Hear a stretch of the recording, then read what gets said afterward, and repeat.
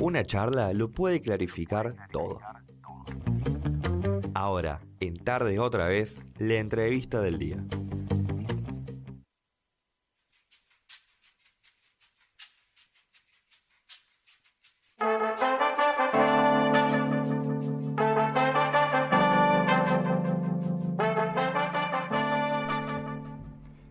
A las 18:19 vamos a inaugurar un espacio que tendremos semanalmente junto a la concejal Marisa Caridi para hablar de distintas temáticas, pero el día de hoy ya tenemos una definida, que es la desigualdad. ¿Qué tal, Marisa? ¿Cómo va? Buenas tardes. Hola, ¿qué tal, Lean?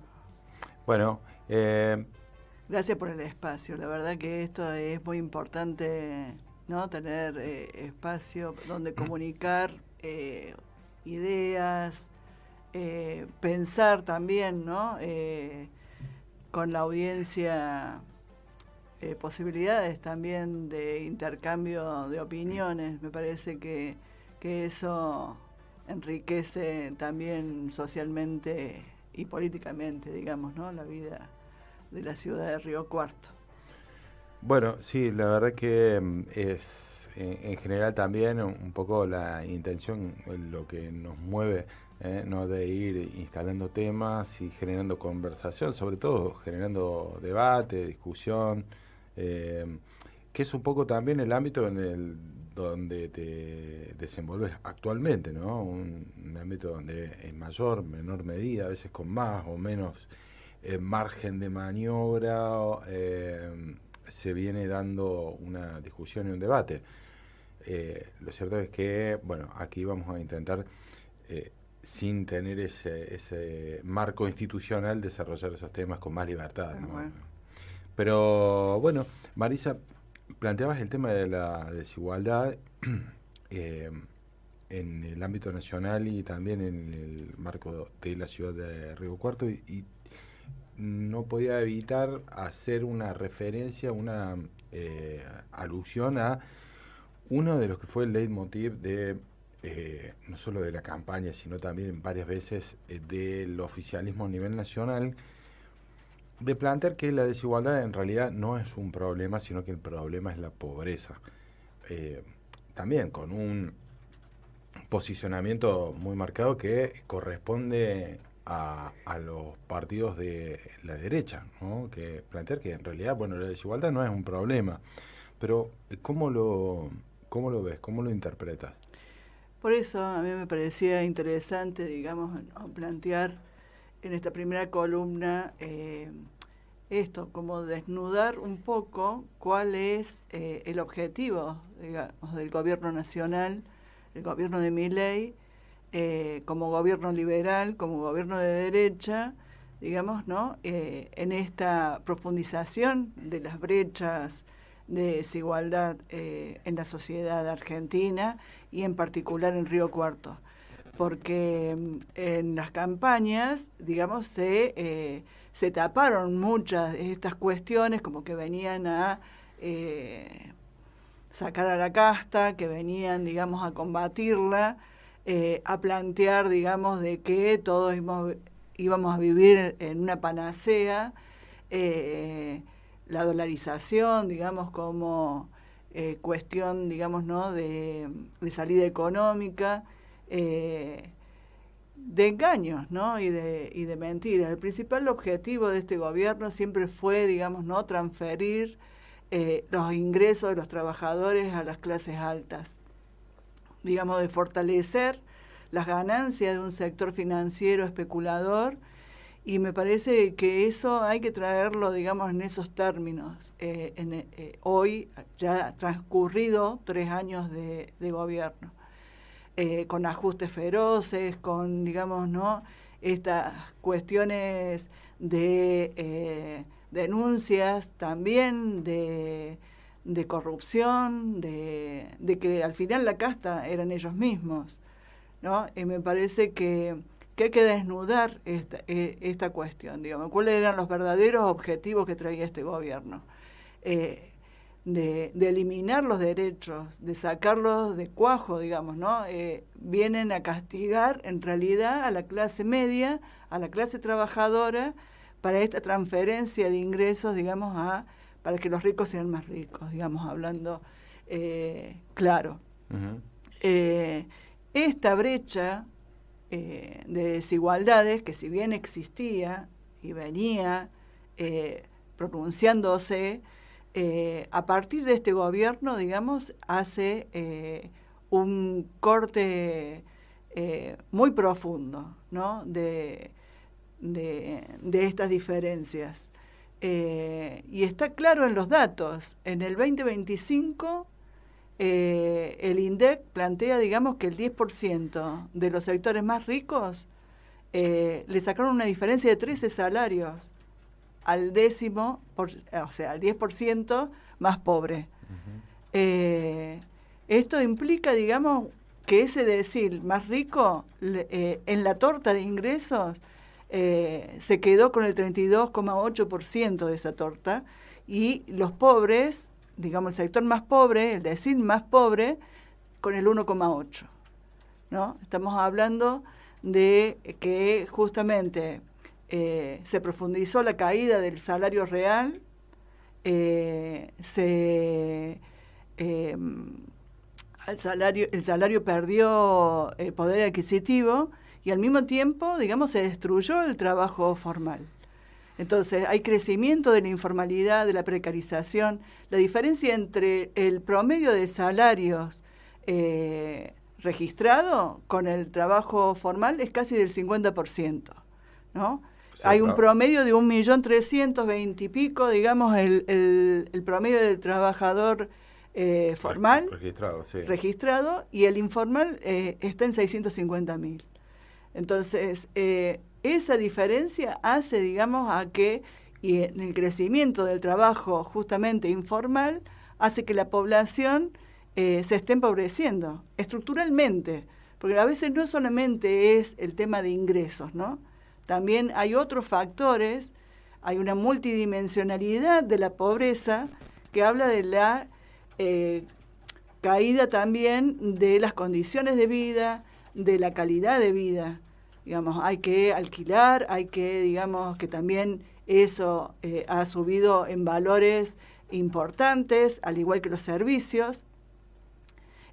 Eso es como una contraposición al mensaje que hace el gobierno nacional en sus titulares de control de la inflación y de un superávit fiscal, ¿no? Como que es la panacea de lo que vino a hacer, pero que a costos de una sociedad en pérdidas de calidad de vida. Uh-huh. Sí, también pensaba dos o tres cuestiones. Una que tiene que ver con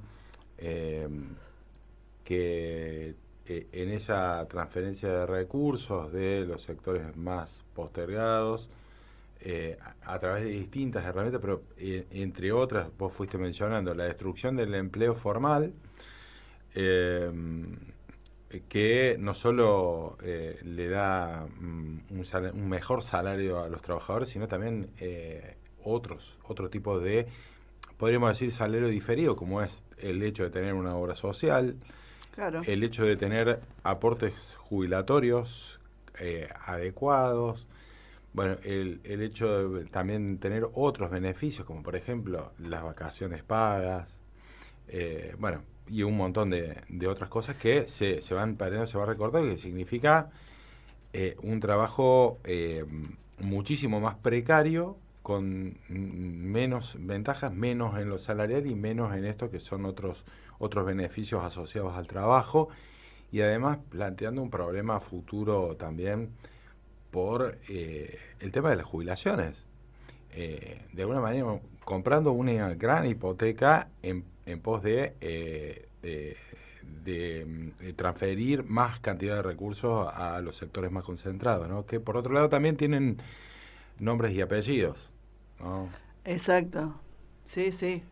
En Río Cuarto esta situación también es muy marcada, porque tenemos una base económica, digamos, que está basada, valga la redundancia, en cuestión, digamos, en trabajo del sector público, Ujú. ¿no? El municipal, el hospital, la universidad, digamos, todos sectores, digamos, que hoy entran en esta faceta del ajuste al gasto público para mantener el superávit fiscal, para, digamos, ¿no? Este eslogan que tiene el gobierno, pero que hace al deterioro, y como vos decías, a eso aparejado también al tema de jubilaciones, obras sociales, el PAMI, discapacidad, ¿no? Todo un sector que también, digamos, pertenecía a los trabajadores en sí, pero digamos, a conquistas de grandes luchas durante muchos años, mucho tiempo, digamos, para conseguirlas, y que son derechos constitucionales y que instituidos, y que este gobierno, digamos, viene a cortarlos, digamos, de cuajo. Entonces, no es una circunstancia o una consecuencia, o porque en esta cuestión de mantener la inflación baja y el superávit, aparecen estos fenómenos, digamos, ¿no? Viene a hacer este trabajo, digamos, ¿no? A eliminar los derechos, digamos, a allanarle el camino, digamos, a los sectores de poder económico, más concretamente. En Río Cuarto se hablaba de que el campo iba a salvar a la ciudad, y en este salvataje, digamos, nunca derramó el campo, digamos, más allá de que le bajaran las retenciones, después se las subieron, digamos, pero nunca derrama hacia los otros sectores, ¿no? Y tenemos también un sector económico en la ciudad, que es el comercio, que está fundido, ¿no? Porque al no haber un ingreso que a vos te facilite, que es para la subsistencia, prácticamente, digamos, no hay consumo, y al mismo tiempo, digamos, bueno, te sube la luz, el gas, los impuestos, digamos, los alquileres. Es muy difícil, digamos, no sostener, y es el sector, digamos, de clase media, ¿no? El que afectado, digamos, ¿no? Es el comercio, es la industria, es el sector público, los trabajadores del sector público. Sí, y de alguna manera lo que refleja es que el que está castigado es el salario, es el ingreso. Uh-huh.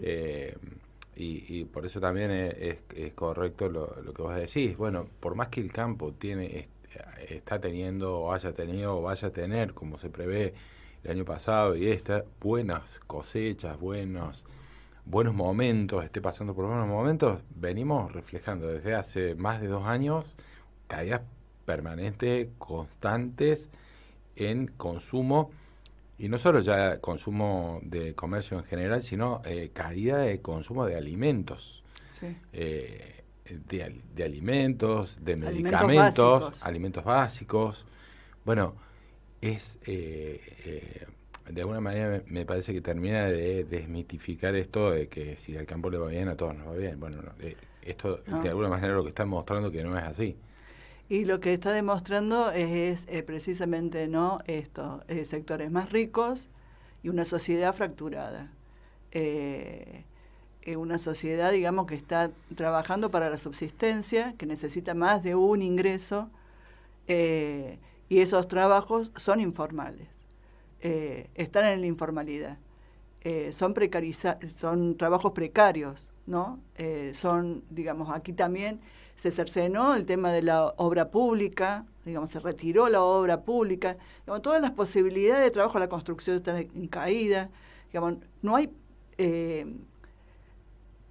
lo que ha crecido, digamos, es esto, ¿no? Los Uber, los trabajos de delivery, sí. En formas precarias, sí, porque digamos, no tienen vacaciones, no tienen, digamos, derechos, en trabajo sin derecho. Claro, es de lo que se jacta en una presentación totalmente sesgada del gobierno nacional, incluso a veces el propio Javier Milei, cuando hablan de la creación de puestos de trabajo. Cuando hablan de la creación de puestos de trabajo, son estos puestos de trabajo los que se han creado. El tema es que en lugar de ser una buena noticia, es una noticia de cómo está creciendo y cómo está aumentando el pluriempleo. Para poder llegar a fin de mes, los trabajadores, lo vemos en los trabajadores de prensa. Sí, sí, claro. Para poder llegar a fin de mes tenemos 3, 4 o 5 trabajos. Y como en nuestro sector también muchísima otra gente. Uh-huh. No es por querer hacer ombliguismo, pero de decir, es un fenómeno que se lo presenta como una muy buena noticia y en realidad lo que está dando cuenta es simplemente de la cantidad de trabajos que toma la gente para poder llegar a fin de mes. Y estamos diciendo que una canasta básica está en 1.300.000 y pico, digamos, ¿no es cierto? Y en promedio en el trabajo informal está en 650.000, pues tenés, digamos, que quienes están informalizados están, digamos, condenados a la pobreza, ¿no? ¿Cuántos trabajos o cuántos laburos tenés que tener, digamos, para poder alcanzar? Ni siquiera la canasta básica no contempla determinadas cuestiones, digamos, como alquileres, transporte, el gasto, digamos, gastos extras. Por eso, digamos, también a veces estos indicadores, por ejemplo, el de pobreza, ¿no? Que te dicen de que bajó la pobreza, es porque toman algunos parámetros, en particular ingresos, a veces, digamos, ¿no? Sin fijarse, digamos, en qué condiciones están esos trabajos. Lo que sí es real es que el ingreso no alcanza, que las familias están, digamos, no accediendo a las 4 comidas, hay alguna que se la saltea, y principalmente, digamos, esto, ¿no? Que a partir de mediados de mes, la tarjeta, digamos, también, ese es otro tema, digamos, ¿no? El endeudamiento de las familias para poder llegar a fin de mes. Uh-huh. Sí, bueno, el tema del endeudamiento también es otro parámetro, otro indicador de cómo viene la marcha de la economía, la microeconomía, que es en realidad la situación que vive la gente, lo que podemos ver palpablemente.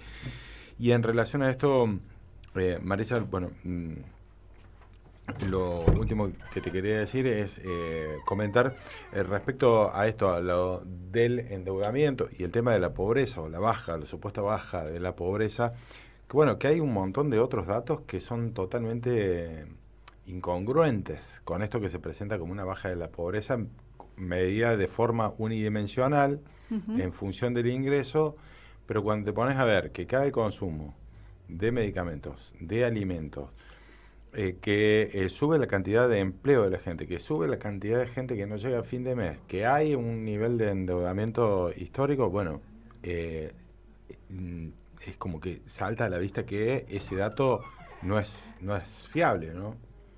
No, y lo peor del caso es que lo que se estima, digamos, que van a seguir profundizando aún más este ajuste. Hay obras sociales que no están cubriendo tratamientos oncológicos, por ejemplo. Hay prestaciones. Hemos tenido el caso de algunas compañeras o vecinas, digamos, de sectores vulnerables, pero que tienen una obra social y no le cubre la anestesia para una operación, ¿no? Corrimiento también del sector, digamos, de las obras sociales al hospital público, uh-huh. ¿no? Que satura también otro espacio que también está, digamos, con problemas. Las perspectivas, digamos, no son mejores, digamos, ¿no? Entonces, me parece que hay que... me parece que hay que pensar, hay que analizar. Acá las consecuencias las están viviendo, digamos, los principales actores, digamos, que están, los más castigados son entre las mujeres, ¿no? Que tienen, aparte, un salario con el 30% menos que el de los hombres, y además de esto, digamos, con... trabajos dobles, ¿no? El de la casa, el de, digamos, trasladarse por los trabajos en casas de familia también, digamos, ¿no? El tema del transporte. El transporte aquí en la ciudad tampoco es barato. El tema y en consecuencia también, no sé si última, digamos, pero los niños, niñas y adolescentes son los que están también en esta franja de preocupación muy importante sobre las consecuencias, ¿no? En el desarrollo, por la falta de alimentación correspondiente. Hay muchas familias que no están pudiendo mandar a los chicos a la escuela tampoco. No es solamente la baja de natalidad, ¿no? Lo que se plantea, digamos, como ausencias en las escuelas. Entonces, hay un sinnúmero de temas para seguir hablando a posterior, digamos, individualmente, pero bueno, me parecía importante, digamos, ¿no? Hacer hincapié sobre esta cuestión de las brechas de desigualdad, porque es donde justamente el objetivo principal que tiene este gobierno de implementar y llevarlo a cabo de esta manera. Marisa Caridi, concejal del bloque de la Fuerza del Imperio del Sur. Bueno, gracias por este contacto, la vamos a seguir. Sí, gracias a ustedes. Gracias, hasta luego.